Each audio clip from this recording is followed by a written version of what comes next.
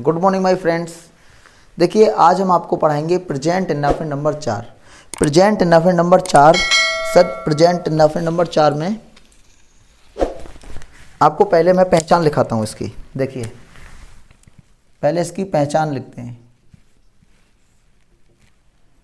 वाक्य के अंत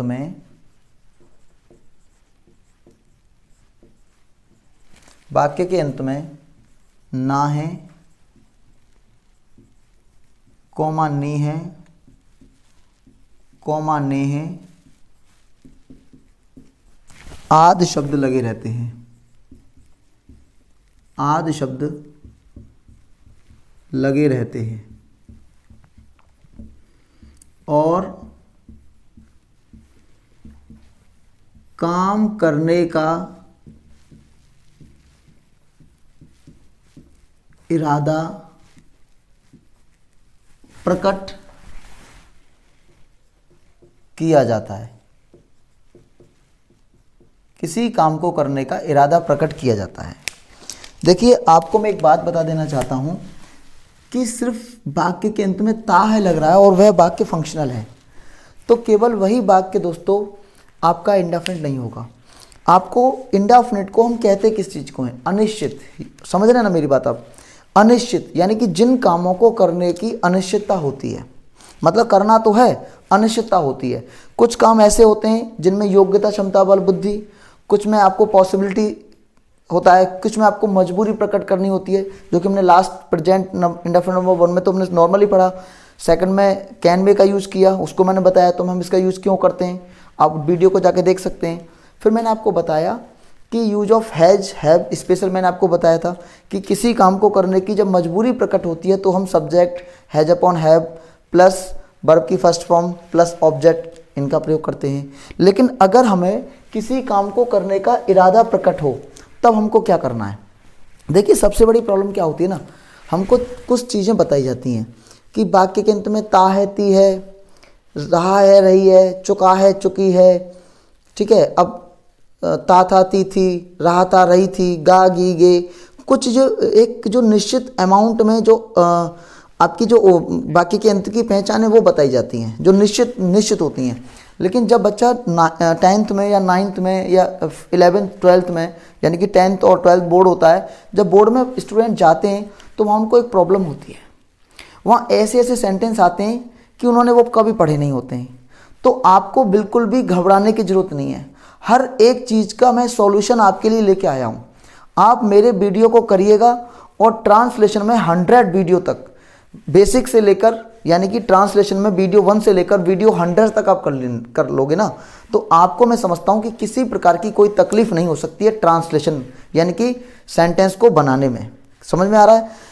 देखो सबसे पहली बात क्या है, आप कभी भी हिंदी होता है, हिंदी का मॉडल कभी आप याद करते हो? कभी हिंदी का मॉडल खरीदा, निबंध अपना पढ़ा एक दो बार, जो उसके पत्र होते हैं और प्रार्थना पत्र होते हैं या पत्र वैसे होते हैं उनको पढ़ा और हम बना के लिख आते हैं।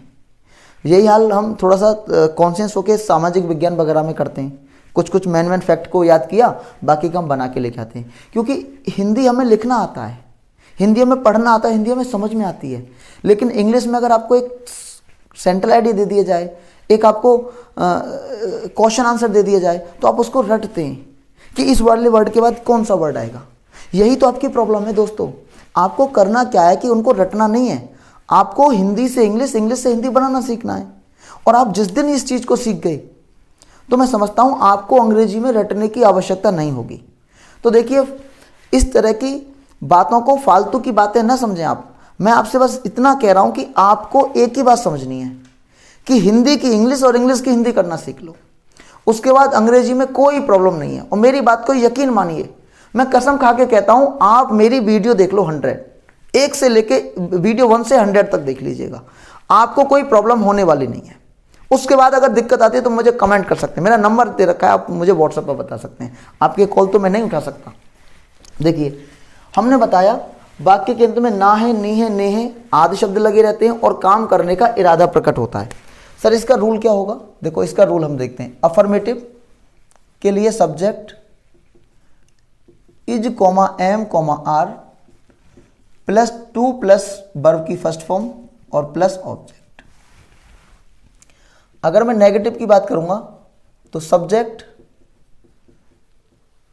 Is comma am comma are not upon never plus to plus verb की फर्स्ट फॉर्म और प्लस ऑब्जेक्ट। अगर दोस्तों इंट्रोगेटिव की बात करेंगे तो वाक्य के शुरू में अगर क्या लगा रहता है तो हम सहायक क्रिया को सब्जेक्ट से उसके एक वचन बहुवचन के अकॉर्डिंग हम बाहर लगा देते हैं। और अगर नॉट नेवर होगा तो आएगा और नहीं होगा तो नहीं आएगा। और लास्ट में आप लोगों को पता होगा कि हम क्वेश्चन मार्क का प्रयोग करते हैं। देखो ये गलत नहीं था, मैं थोड़ी सी जगह बना रहा हूँ, स्पेस बना रहा हूँ बस।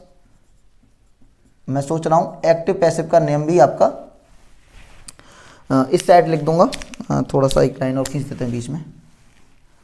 एक्टिव पैसिव का नेम मैं आपको लिख दूंगा। ये नेम है आपका एक्टिव का, ये जो नेम मैंने लिखा है ये है एक्टिव का, और इधर मैं लिखता हूँ पैसिव का। वॉइस लिख लेना। देखिए एक्टिव पैसिव का आपने सुना है कि सबसे पहले अफर्मेटिव का लिखते हैं, ऑब्जेक्ट को सब्जेक्ट बनाते हैं। तो सर ऑब्जेक्ट आएगा लेकिन वो आएगा सब्जेक्ट बन के। जो उसका काल है, काल मतलब जो उसका टेंस है उसको तो तुम बदल नहीं सकते हो। जो उसका काल है, उसका जो टेंस है, प्रेजेंट है तो प्रेजेंट ही रहेगा। तो इसमें आपको इजएमआरई लगाना है sir, plus to be verb की third form, to be verb की third form plus by plus sir subject होगा ना वो ऑब्जेक्ट बन के आएगा। आई थिंक आपको ये रूल समझ में आया होगा।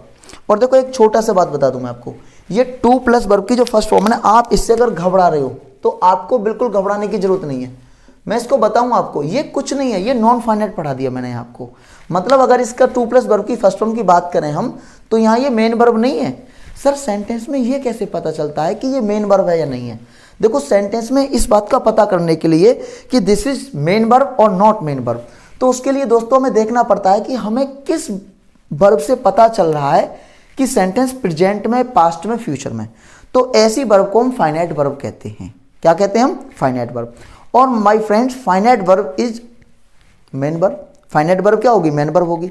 तो यहाँ पर टू प्लस वर्ब की फर्स्ट फॉर्म का अगर तुम्हें पूछे, कोई पार्ट ऑफ स्पीच में आपको पढ़ाऊंगा, तो ये टू प्लस वर्ब की फर्स्ट फॉर्म दोस्तों इन्फिनिटिव है। क्या है ये? इन्फिनिटिव है। अब देखिए इसका नेगेटिव करते हैं। अब तो मुझे उम्मीद है आप लोग कर लेंगे। सर ऑब्जेक्ट ब्रैकेट में subject is comma am comma are, और सर प्लस अगर नॉट नेवर होगा तो नॉट नेवर आएगा, और इधर टू बी वर्ब की third form by subject bracket में ऑब्जेक्ट रहेगा। सर अगर इसको इंट्रोगेटिव की बात करेंगे तो हमको is comma am comma are लगाएंगे, ऑब्जेक्ट ब्रैकेट में सब्जेक्ट, नॉट अपॉन नेवर। अगर इंट्रोगेटिव में होगा तो, मैं ये नहीं कह के चल रहा कि 100% होगा, अगर होगा तब आएगा। क्लियर हो गया? सर इसके बाद टू बी वर्ब की third form plus by plus subject, बेटा कॉपी की आवाज मत करो, और लास्ट में क्या आएगा? क्वेश्चन मार्क आएगा। अब देखो कुछ इसके हम एग्जाम्पल कर लेते हैं। सर इसके एग्जाम्पल करते हैं। मैं कहता हूं मुझे आज तुम्हें कुछ नया पढ़ाना है। मुझे आज तुम्हें कुछ नया पढ़ाना है।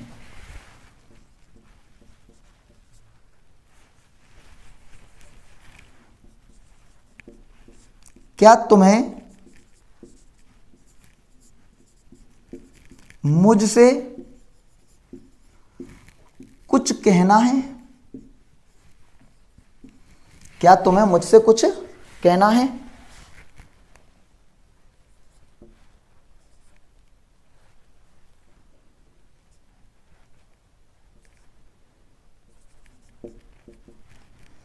मेधा को आज स्कूल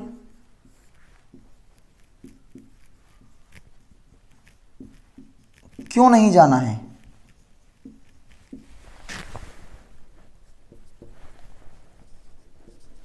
ये आम कब बिकने हैं?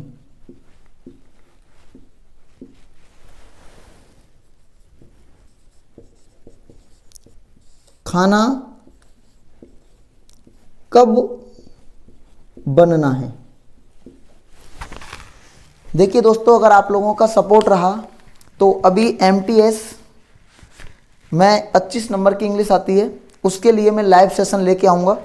अगर आप लोगों का सपोर्ट रहा तो, और आपको MTS की तैयारी करनी है तो पहले आपको बेसिक तो आना ही चाहिए, क्योंकि उसमें बेसिक चीज़ें पूछी जाती हैं, कुछ ज़्यादा खास पूछा नहीं जाता है। तो देखिए, मैं यहाँ थोड़ा एक्टिव पैसिव के बारे में भी तो मैं साथ के साथ लेके चल रहा हूँ रूलों को। हालांकि थोड़ा अलग से मैंने वीडियो डाल रखी हैं, आप प्लेलिस्ट में जाके देख सकते हैं, और अभी और अपडेट करेंगे उसको भी। मैंने कहा था हर वाक्य की पैसिव नहीं बनती है, हर वाक्य की पैसिव नहीं बनती है, हर वाक्य की एक्टिव नहीं बनती है। केवल उन्हीं वाक्यों की पैसिव बनती है जिनकी वर्ब ट्रांजिटिव होती है। और ट्रांजिटिव वर्ब वह वर्ब होती है जिसमें क्या, कॉमा, किसको, कॉमा, किसके लिए प्रश्न करने पर उत्तर में कोई नाउन या प्रोनाउन ऑब्जेक्ट के रूप में आना चाहिए, सब्जेक्ट के रूप में नहीं। अगर किसी वाक्य का सब्जेक्ट नहीं होगा तो उसकी एक्टिव नहीं बन सकती है। और सब्जेक्ट का पता लगाने के लिए आपको वर्ब में कौन या किसने लगाना पड़ेगा, और ऑब्जेक्ट का पता लगाने के लिए ट्रांजिटिव वर्ब मतलब कौन सी होगी? That verb carry the object, जो वर्ब जिसका ऑब्जेक्ट होगा, जो वर्ब ऑब्जेक्ट को लेके चल रही है, ऑब्जेक्ट होगा उसका, वो वर्ब क्या कहलाएगी? ट्रांजिटिव कहलाएगी। तो ऑब्जेक्ट का पता लगाने के लिए क्या, कॉमा, किसको, कॉमा, किसके लिए। तो आपको आई होप ये चीजें क्लियर हो रही होंगी। तो देखिए, मुझे आज तुम्हें कुछ नया पढ़ाना है, तो मैंने आपको अगर ये भी नहीं आता मुझे की मीनिंग क्या होगी, तो आप यकीन मानिए मेरा ये वीडियो नंबर 1 से लेकर 5 तक आप देख लेंगे तो आपको ये दिक्कत नहीं होने वाली है। अगर आप इस वीडियो को देख रहे हो तो अगर आप इंग्लिश सीखने के इच्छुक हो तो प्लीज आप वीडियो 1 से 5 तक जरूर देखिएगा, वीडियो 1 to 5। तो मुझे की मीनिंग आई, अब आई के साथ सबको पता है एम आता है, I am to teach something new to you. अब देखो, यहां पर हम यू को पहले लगा सकते हैं, समथिंग को बाद में ले जा सकते हैं। ये मैंने आपको बता रखा है, इसको कहते हैं ऑर्डर ऑफ ऑब्जेक्ट, ठीक है। अब देखिए, इसकी हमें पैसिव बनानी है, इसकी देखो 2 पैसिव बनेंगी। क्या पढ़ाना है? कुछ नया। तो देखो, something new is to be taught to you by me.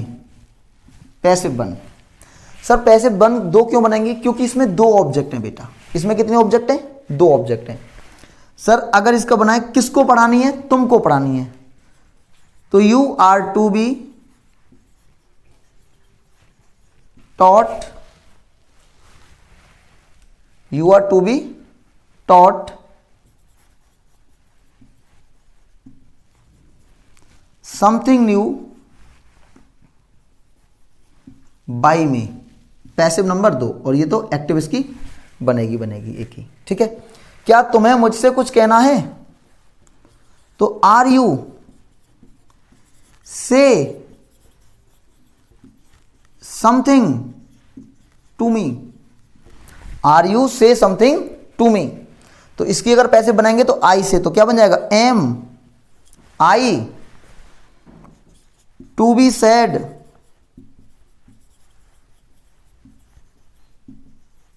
Something by you. और बेटा गलती हो गया, और आप फुल स्टॉप न लगाना, इंटरोगेटिव मार्क लगेगा, ठीक है। सर इसका एक और पैसिव बन जाएगा? हाँ बिल्कुल बन जाएगा। किससे बनेगा? समथिंग से बनेगा। अब ये आप बना के मुझे कमेंट में बताएंगे।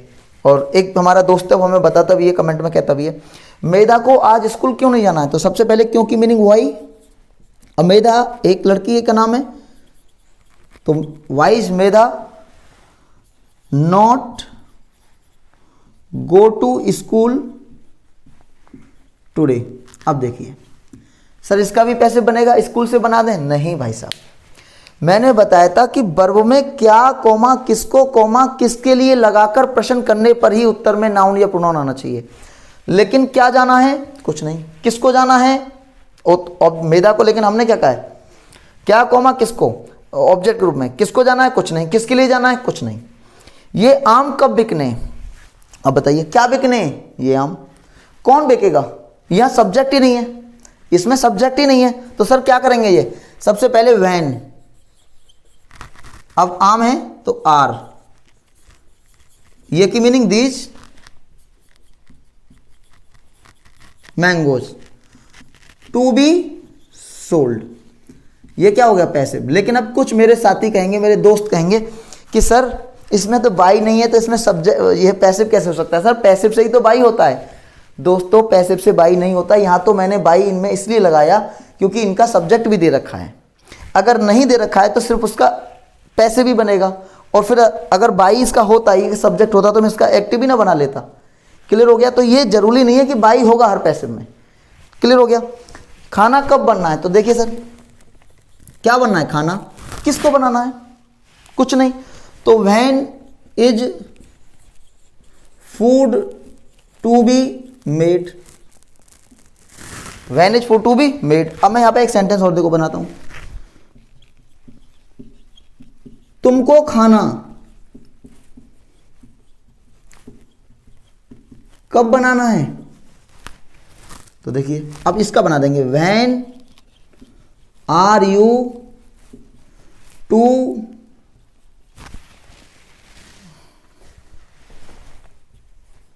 Make food. अब इसका पैसे भी बन जाएगा, कैसे, when is food to be made by you.